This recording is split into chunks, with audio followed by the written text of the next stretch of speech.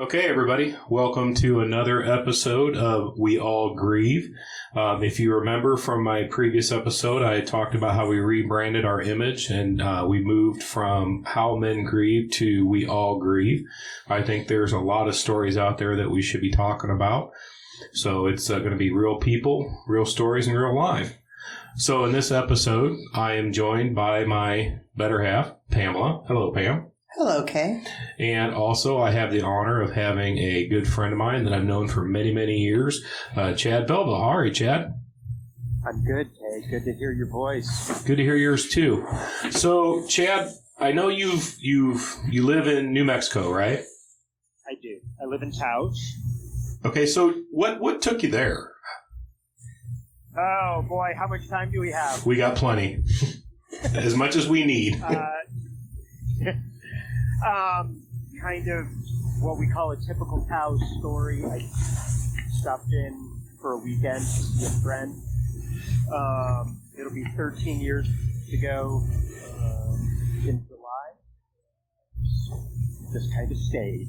I had been in the Pacific Northwest since '93 and had been out of my first divorce, which was really easy and really painless for 2 or 3 years, and was just kind of, I had sold property in Eastern Washington and was just traveling around kind of looking for a new place to land, and came here and saw the sunshine for more than a few days in a row and stayed. Wow. And so now, how long have you been there? 13 years in July. Wow, that's quite a long time, isn't it? It's a good stretch of time. I think it's the longest I've been in one place since I left Illinois. Wow. And you've been out of Illinois for how long now? Oh, I started bouncing out of Peoria, Washington in 91.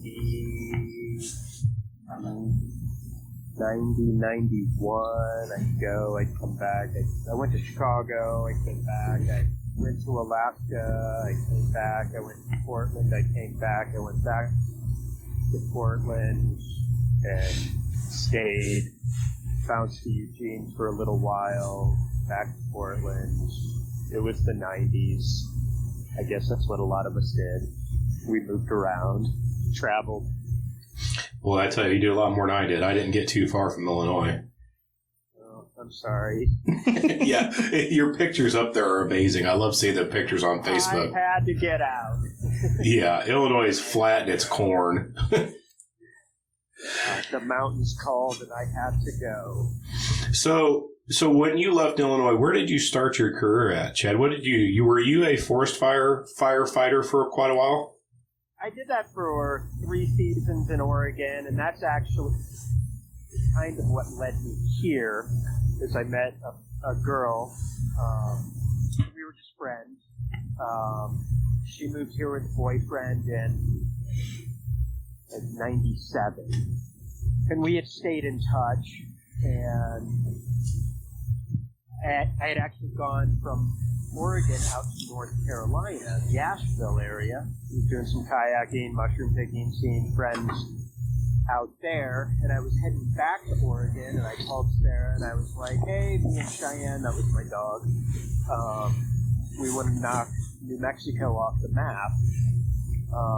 We're going to stop through in a couple of days. Would love to see you. And she's like, oh, I have this extra ticket to String Cheese Incident up in Red Rocks. Hurry up. So flew across 40 in North Carolina and went to that show and then came back and was just hanging out, camping up in the mountains, and started getting called to go play volleyball, go to parties, all of this stuff. It just felt warm and welcoming, and got entrapped in the land of entrapment. And where that was in Oregon, right? No, Oh, that was here. I never made it back to Oregon. Oh, okay. Okay, I gotcha. The last time I was in Oregon was like 2008.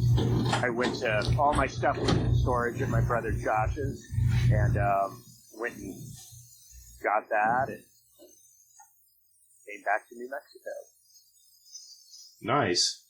So since you've been in New Mexico, and I'm leading up to kind of where we're going with the story, right? So what have you been kind of doing in New Mexico while you've been there? Well, kind of mushrooms is kind of my thing. You know, I got into it when I was a kid back home. Every spring, going out with Dad, going out with family, walking down past the cemetery to the big stone bridge where you and I spent many afternoons. Yes, we did. Yes, we did. Picking morels in the spring, and I always kept picking morels, and then I moved to Oregon, and I learned there were morels in Oregon, and I learned there were more mushrooms that you could pick in Oregon, and then I learned you could pick mushrooms and sell mushrooms. And so I've been doing that full-time or part-time for the better part of 25 years. And it's kind of been my focus here. Most of the time I've been here, I've either been cultivating specialty gourmet mushrooms, oysters, king oysters, shiitakes, lion's mane, that type of thing, or foraging. Our porcinis, chanterelles. Last year we had an epic morel year. I picked like 1 measurable ton of morels off of 150 acres just over the border in Colorado last year. And as you can imagine, if you've ever looked at the price of morels at the store, a ton is worth a lot of food. So I've kind of been able to work myself into where the story's leading to, I think. I've sort of been able to develop a lifestyle and a source of income that allows me to make a reasonable living in a very short amount of time. And then in all my free time, I get to spend it with my kid. Yeah, I love watching those pictures you're posting on Facebook. And you and him are so close. You know, just give him... It gets kind of frustrating sometimes when he's turning 4 tomorrow. Oh, and nice. He throws those 3-4-year-old temper tantrums, and he doesn't realize how lucky he is that his dad doesn't have to get up at 4, 5, 6 o'clock in the morning like my dad and your dad did, 5 or 6 or 7 days a week, and work 8 or 10 or 12 or 16 hours a day, that he gets to go play with his dad 3 or 4 days a week and do whatever he wants. So I'm very fortunate that I've been really in an intentional path, but it's what happened, that I just developed this esoteric skill. But it looks to me that you guys are able to have just an amazing relationship, and the time you spend together is, I mean... It's all quality time. Yeah, that's exactly it. I mean, when you are working, you're taking him out there with you, right? Austin, yeah. In the summer, when we have the porcinis and the chanterelles, yeah, he definitely goes out with me and does it. If he likes it. You know, if he doesn't like it, if he doesn't want to do it, then we go do something else. Well, he's just turning 4. I mean, he's got a lot of life to figure out yet, right? Yeah, a lot of life to figure out. But just, it's all school, it's all learning. It's not traditional school. There's so many lessons in all of these things that he gets to do, whether he's out Lately we've been fossil hunting and rock climbing. And both of those things are accessible to us within a 30-minute drive of our house. And it's observation, it's movement, and it's confidence building. Hey, Chad, has your microphone moved away from you a little bit? It did. Can you hear me better there? Yeah, there you go. Okay. Oops. Got bacon in the oven that I almost forgot about. Oh, no. Never burn the bacon. Don't burn the bacon. I'd never done bacon in the oven until a week or so ago. And I don't think I'll ever cook it on the stovetop again. Oh, it's amazing when you put it in the oven. I've had it a couple times that way. I mean, it takes a little bit longer, but man, it's amazing. It's amazing. So yeah, so the whole struggle for that. So right now you have your son. It's every other week. Is that right? We're building up to that. When his mother and I split up, it was never really a question. She never withheld him from me. But she made it very difficult for me to work, do anything. And she basically gave me a choice between financial security and access to him. Oh, you can't do something like that. Can you hear me? Yeah, I can hear you just fine. Can you hear me okay? She gave me what felt like this choice between pursuing financial security and access to my son. He was born when I was 3 weeks shy of 45. My first child. I was 45 years old.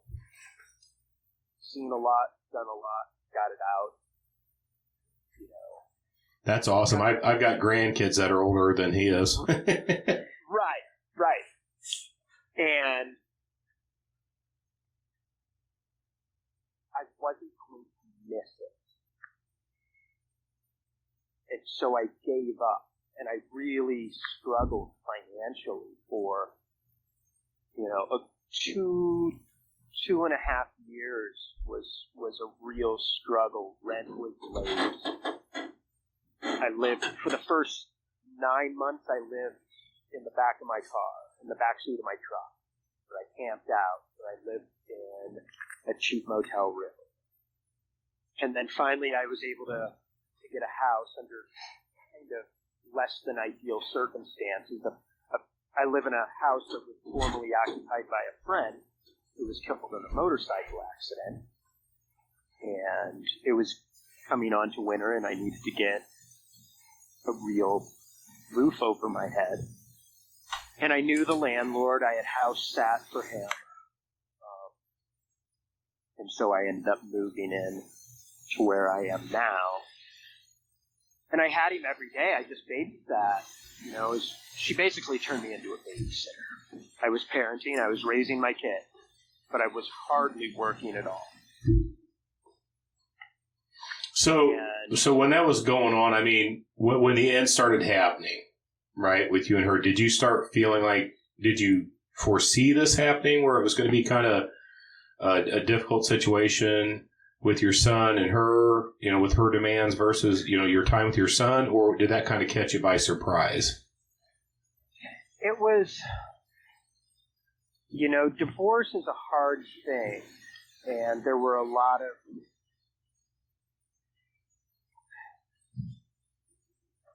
there was a lot to the divorce. There was a lot to the separation. That's how it started out. It was just a separation. And I was in a very dark place. She wanted things. We basically struggled with what I can only describe as deep philosophical differences surrounding finances. She wanted a lot. She had her big, pretty sport horses, which were gifted to her. She was a high-level dressage rider. She's got these amazing imported Lusitano stallions from Brazil. And that's kind of the world that she's lived in for a long time, riding horses for extremely wealthy individuals, not me. Like, what it came down to towards the end is you married the wrong guy. Because I can't give you 40 or 50 irrigated acres in the Taos Valley for you to build a 15-stall horse barn, put your dream of sport horses in. I can't give that to you. You need to marry Texas oil money or something. And that's okay. That's okay. That part of the separation, that part of the divorce was easy. The hard part, emotionally, was our son is a child of intention. He wasn't an accident. We tried for years to get pregnant. And we both had dreams around that, and desires and wants and aspirations, all of those types of things. Just take him away from me and extort money from me in form of child support. And that's not how I roll. I don't get bullied like that. You made a child with me. We can do this equally. Well, ultimately, the idea is you co-parent for the betterment of the child, right? Because they need both in their lives. They need both parents. We both bring, men and women both bring different things to the table when it comes to parenting that I believe children need. Oh, I completely agree. I think most people would. You know, there's certain things that men bring to the table that the moms don't, you know, and there's certain things that the moms bring to the table that the dads don't. That's right. And so I just went into it, you know, one with a lot of uncertainty, went into the divorce process and the custody process with a lot of fear and a lot of uncertainty, because I think we all know that story. You know, I only have to look at my brother Chris on how his ex-wife, you know, just took the kids away, said you get them every other weekend, and you give me all this money every month. And meanwhile, you know, Chris lived in what appeared to be a pretty impoverished state, lived in our parents' basement for quite a while, finally got his own place, you know, but struggle. And I think we all know that story. We all know that guy who's been there. And I wasn't going to be that guy, but the fear of that. It's a tough place to be. It's a tough place to be, the uncertainty. And so I went into it. I was, you know, I did a GoFundMe. I begged my friends, like the lowest point in my life, like I need help to retain an attorney. My people came through like I couldn't even imagine. I raised like $3,000 to retain an attorney in like 48 hours. It was amazing. I'm indebted to all those people for the rest of my life. People care, especially when it comes to good people and doing the right thing. And in your case, you know, with your son, people care. That's a big deal. And so I just stood at this place of equality and egalitarianism for Keenan, for my son, where he deserves me in his life. And the divorce process or custody process has been a very long battle. We're still not completely out of it. We're down to about 3 or 4 final points on the parenting plan. And now, are those fairly minor, or are they pretty significant? Fairly minor points. As far as some of the things, like when it comes to claiming him as a dependent on taxes, she wanted me to file taxes by January 30th. And I'm like, well, if I've got a normal job, I don't even get a W-2 until February 1st. The deadline's April 15th. I mean, why would it matter if it's January 3rd, 30th, or 31st, or April 15th? Who cares? Or April 15th, exactly. I completely won every point of the fight. I've won every battle. And she just wants, it seems like she wants something. She wants to win some point. She wants to be able to change his last name or hyphenate his last name early on in the process. I might have used that as a negotiation point. You give me this and I'll give you that. But then he started coming here and he's like, let me try this again.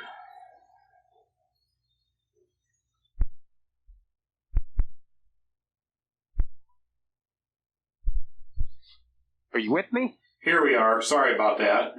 No, that's okay. I'm like, I have no idea what just happened there. She wants to be able to hyphenate his name.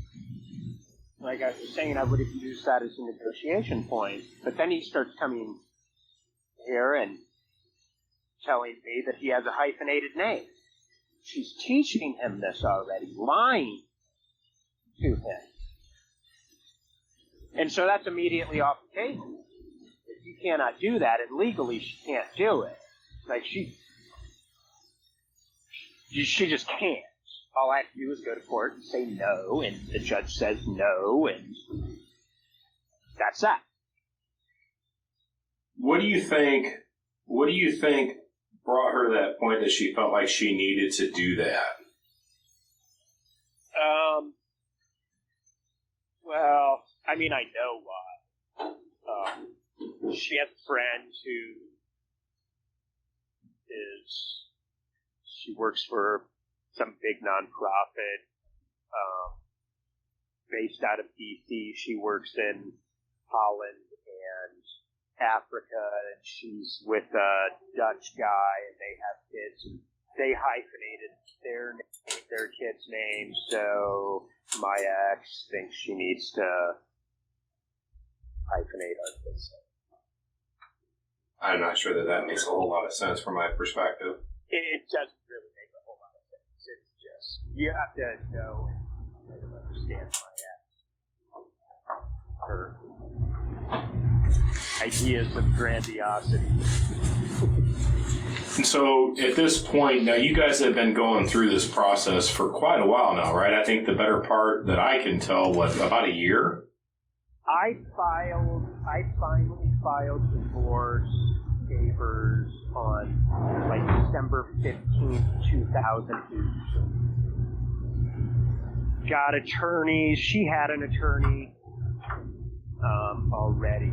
I got mine in February. We didn't get into court for the merits trial until the third week of October. So 10 months just to get into court. Court was the single worst day of my life. It was just, we came in just really trying to stick with facts. I had a pile of pictures, a pile of documentation. Basically, I've been there since the moment of his birth. I get up in the mornings, I change his diapers, I feed him, wash, we use cloth diapers, I washed out diapers. I did everything that guys don't do. I did it. It's there all the time, intentionally bonding with him. And, just brought proof of that. My Facebook page, I put all this stuff up, and it didn't necessarily start out this way. It started out as sharing, But once I kind of saw what was happening and understanding that everything needs to be time-stamped and documented, we just put stuff up and just time-stamped and documented every day with it. As we just came in with that, really stuck to facts, stuck to concerns around healthcare concerns. He's not vaccinated. I live in a science-based world. I don't believe in conspiracies. I want my child vaccinated. She is an anti-vaxxer. There's one of those deep philosophical differences that we have. We're still fighting about that. Just really stuck to those things.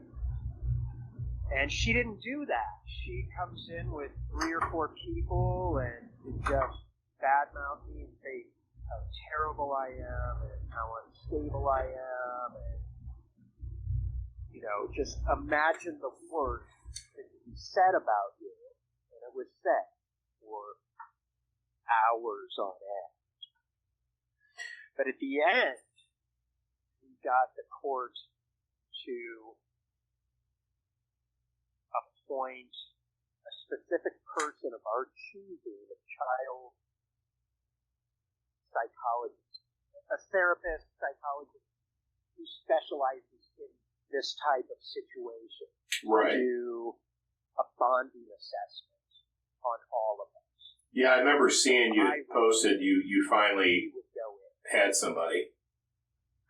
He and I would go in. She and her would go in. He would go in.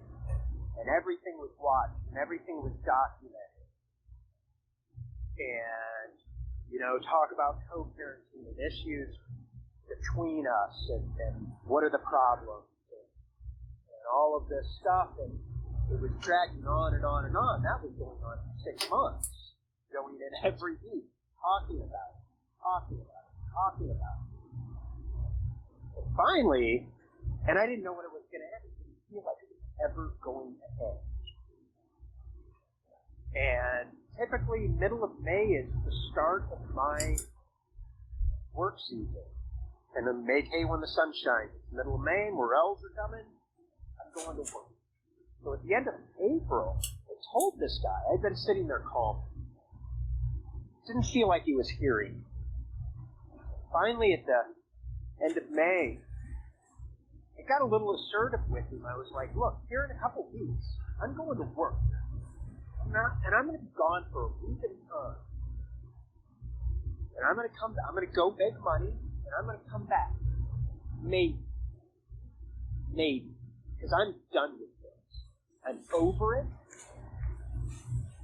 So make up your mind. Either give me equal time, or I'm going to work, and I don't know if I'm coming back. Because I can't deal with this anymore. I can't deal with this uncertainty anymore. I'm not going to bed one more night with any uncertainty in my mind on what the rest of my life is going to look like. And he said, okay, I'm giving you equal time. Well, I mean... And it was this immense burden, millions of pounds just lifted. It's like, okay, I get equal time. I can't see why he wouldn't have. Go to work. It didn't seem... Make a plan. Yeah, there didn't seem to me anything that would prevent that. What's that? I said it didn't seem to me there would be anything that would prevent that. I can hardly hear you. Really? Yeah. How about now? A little better. Okay. So I said I just can't see anything that would be preventing him from giving you that equal time. No, I couldn't really see it either, and that's what everybody said. Like, there's no reason why he shouldn't have equal time with you. But when you've gone to bed alone for 900 and some nights, 1,000 nights alone, without your child, which, much love to you, man. Yeah, but it's the same. There's always that uncertainty. I mean, it's grief you feel. You love your kid, and now you were used to having him.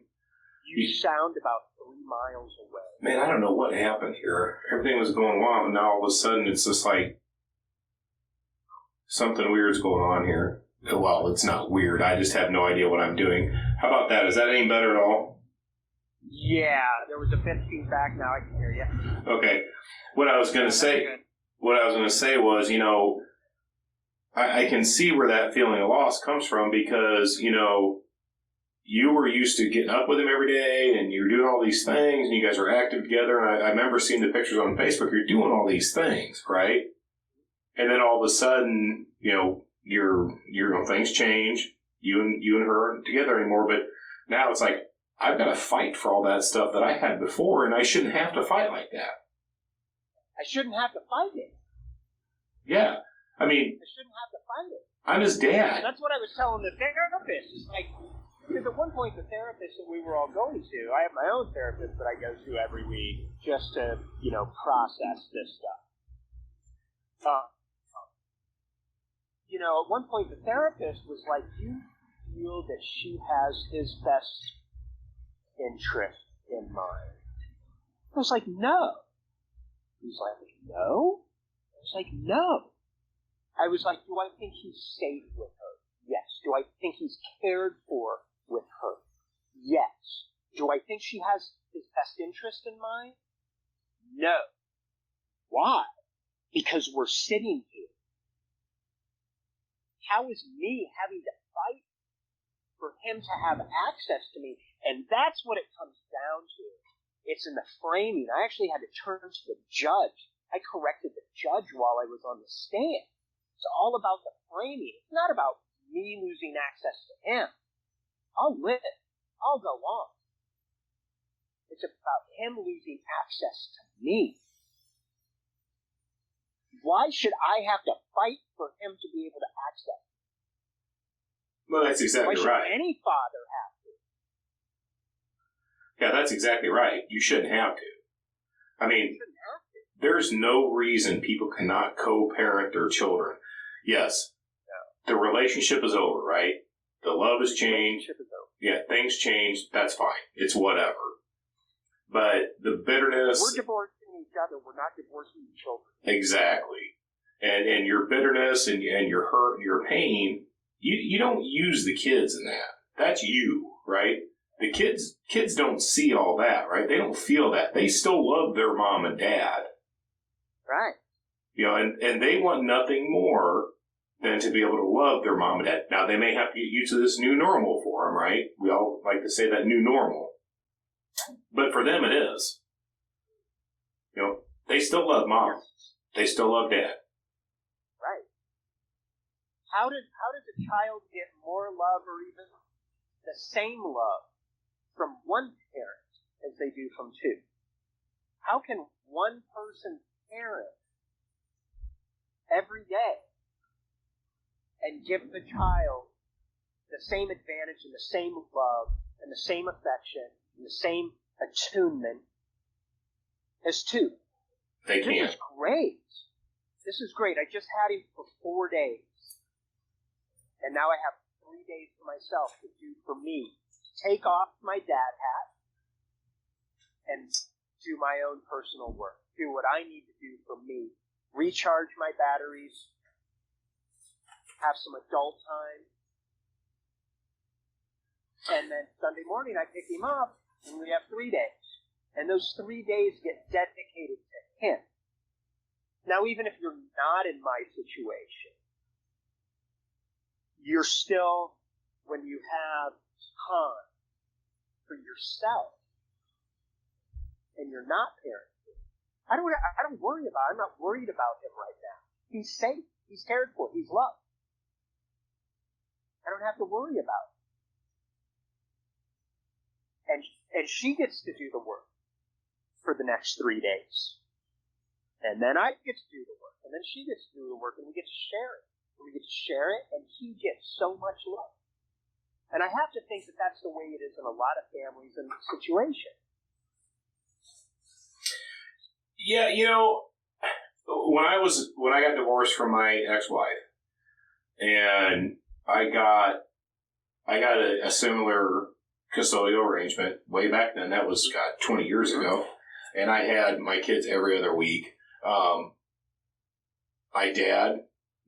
was a dad to the core on that week I had them. But then the week I didn't have them, like you said, it was like some adult time, kind of refresh, re-energize, kind of do you for a minute, get things right. Yep. And then that next week when you picked them back up, man, it was dad time again. Back on it. Yeah. Yeah, there was nothing else that was going to be happening. It was a week with the kids. That's the way it goes. Yeah, I mean, I can't say that I would prefer that intact nuclear family and a white picket fence and, watching my kid play in the garden with his mom or riding horses or, those quote-unquote normal things. Like, I miss that. But there's other things that I don't miss. Oh, of course. And there always will be, right? I mean, there's always going to be those times that you think back, man, that was a really good time and that was fun. We really enjoyed each other. But to your point, then you'll remember, oh, yeah, there's that. Oh, yeah, there's that. Right. And I'm sitting here thinking, I'm like, my God, he's going to have like the most diverse childhood that I could think of. I mean, you're always out in the mountains. You're always out with him, showing him stuff, teaching him how to live off the land, how to recognize things. And then the other perspective is his mom's going to be showing him how to ride them horses and do all that kind of stuff. I mean, this is going to be a very, very diverse kid. And I think about that a lot. And it's not, the end result isn't necessarily for him to be a self-sufficient mountain man, living off the land or any of that. And it's not really from, a post-apocalyptic, despite what's going on in this crazy world right now, right, standpoint. It's really about learning how to learn and learning how to observe. Kids are little scientists, and everything, when he's just out in our front yard, we had started fossil hunting a month or so ago. And we were just using a little Finnish hammer to dig rocks out of this hill and all of this stuff. His birthday's tomorrow. We celebrated this week. I got him an actual rock hounding kit, real rock hammer, chisels, safety goggles, glasses, all of those things. And we've gone up in the hill. We went out yesterday, 2 days ago, dug up some little crinoid fossils, little snail fossils, that kind of stuff out of the shale bed. But he's also out in the front yard. And he's just out there by himself, digging and looking and observing. And that's really what all of this stuff is about. It's just learning how to learning how to observe and learning how to ask questions, learning how to be coachable, learning how to listen. So as he grows, these are all little stepping stones to being solid, stable, emotionally stable, learnable, teachable leader for this crazy world we live in. Well, kids, they are untapped resources, right? I mean, their ability to learn far exceeds a tainted, biased adult, right? Right. I mean, their imagination and their quest for knowledge and thirst to learn things it never ceases to amaze you at any age that they are. Oh yeah, watching the light come on is the most amazing thing. Well, and aha moment. Yeah, yeah, and then those times. Wow. Yeah, and then there's those times when you may not even realize that they learned something, right? They just watched you, and then all of a sudden they surprise you and come back and say, well, yeah, you did this, Dad, so I did that. You're like, oh, wow. Oh, well, that's another rabbit hole entirely, that how they watch you, the little, I know kids learn from their parents.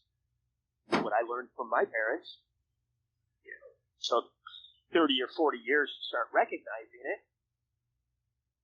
Better late than never, right? But,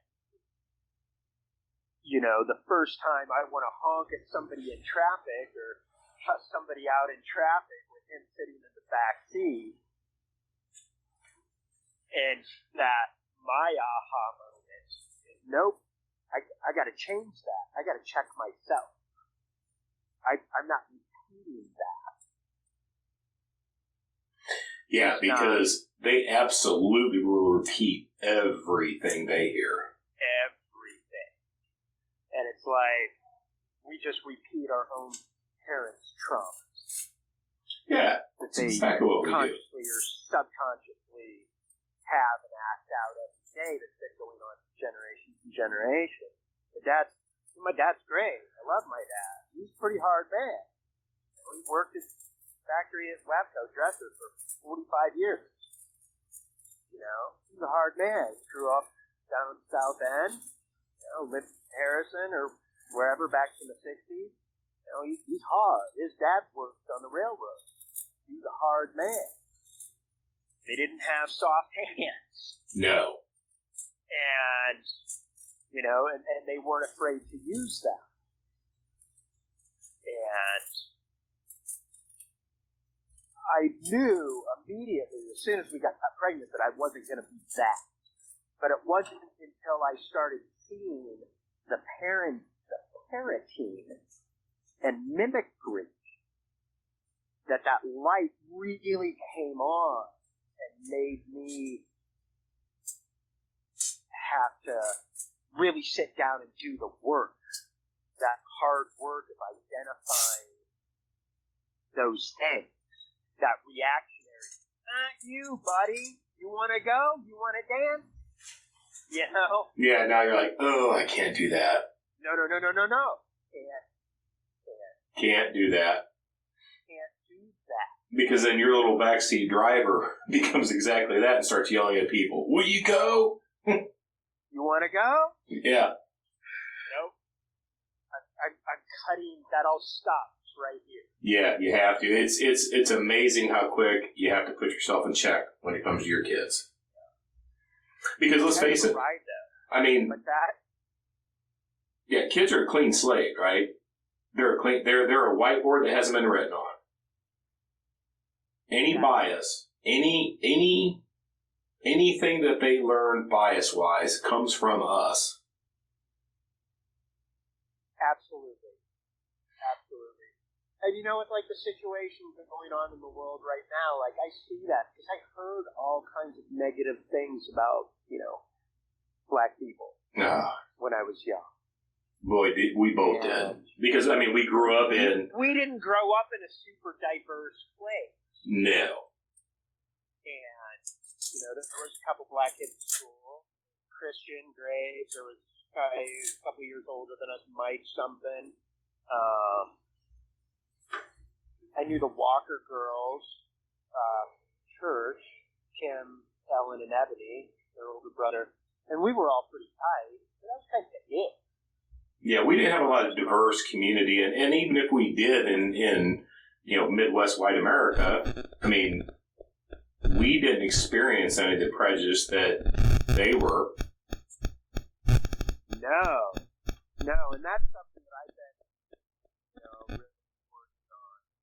Because I'm not racist, I'm not biased or prejudiced, but I look back through my life and I notice these little things where it's like,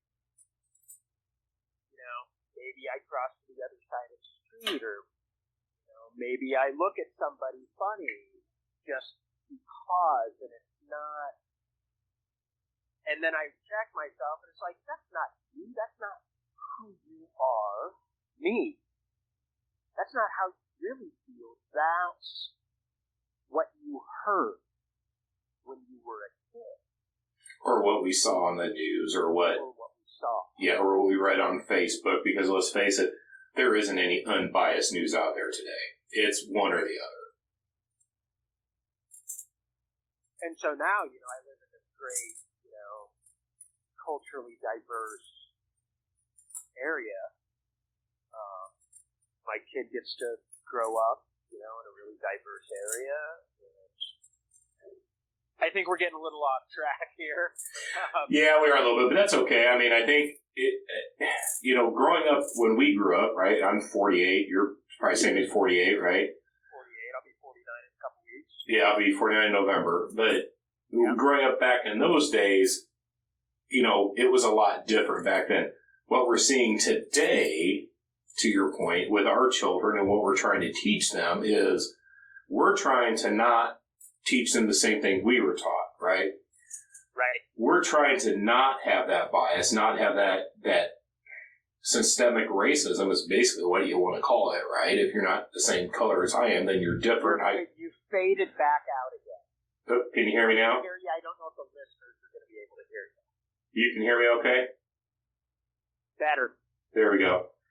There we go. Yeah, we're trying to teach our kids to not have that systemic racism, right? Because we were taught if you aren't us, then you're wrong. Then you're wrong.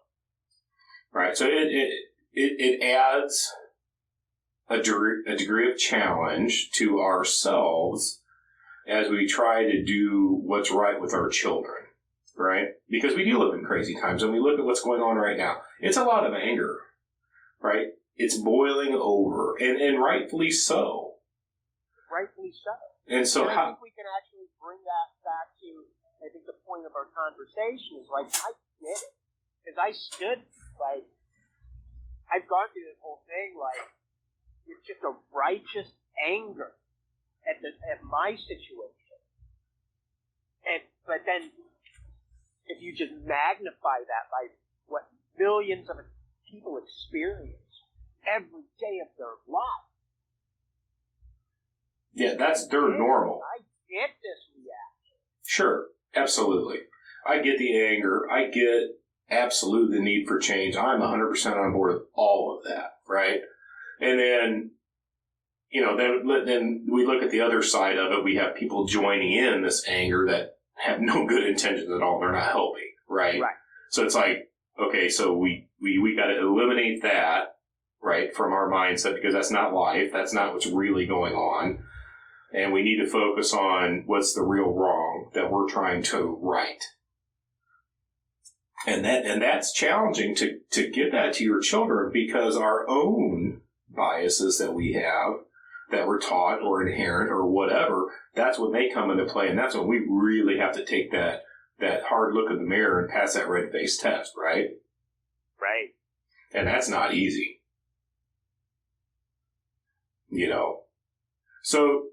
So with your son, do you think when it's all said and done, are you going to be in a place you were wanting to be? Yeah, absolutely. We're doing a gradual. I want a 7 and 7 schedule. One, just so I have less interaction with her too, and just for greater stability for him. So there's less backing. And so he can get into, on a 3-4-4-3 schedule, it's good, but the first day and the last day are hard. Yes, they are. The middle day or middle 2 days is good. So just to try and have more good days than bad days.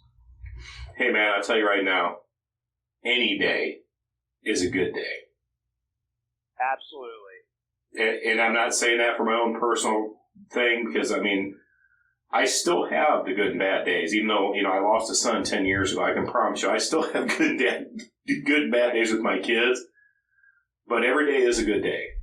Now. Every day is a good day. And I have to remind myself of that, because I feel myself falling into, a mood. And I just have to check myself and say, why? Why are you here? Rent's paid, bills are paid, you're okay. Yeah. You're with your kid, and you get to go out and do whatever we're going to do. Right. Why are you in a bad mood? Yeah, there's no reason for it, right? There's no reason for it. But that's what dads do. We get grumpy. Exactly. That's what we That's the dad mode, right? Well, listen, man, I hate to end this, but I do have to end it. This has been a fantastic conversation. I'd love to do more when we have more time. I think there's plenty there that we can talk about still. Sure. So Let me know, and either Wednesday through Saturday or Thursday through Saturdays. I'm pretty much free. yeah, and hey, I'll probably hit you up on some of the mushrooms. What are the best ones to cook with? Oh, well, you just missed Morels. Boy, anything but the button mushroom. Here's a little secret. Don't really eat mushrooms. Really? But you can find them and you can sell them, right? Yeah, it's like being a drug dealer. I don't mess with profit. I love it. All right, man. So before I let you go, do you have any words of wisdom for our listeners? Oh, no, I don't think I have any wisdom. I don't either. I really appreciate this time, Chad. I hope things continue to go well. I love following you on Facebook. I love seeing the time that you're spending with your son. It's incredible. And I appreciate give your family my love. I've always loved your family. We've been around, we've known each other for years. So, yeah, give them all a hug if you see them. I will. All right. You take care of yourself. We'll talk to you soon. Okay, good to hear you. Good to hear you too. Talk to you later. Bye-bye. All right, folks. That's the end of this podcast. It was a good one, a lot of information. I'm going to hopefully improve the quality. But, like I said, hey, this is about, we all grieve. It's real people, real life, real stories. We'll talk to you guys later. Peace.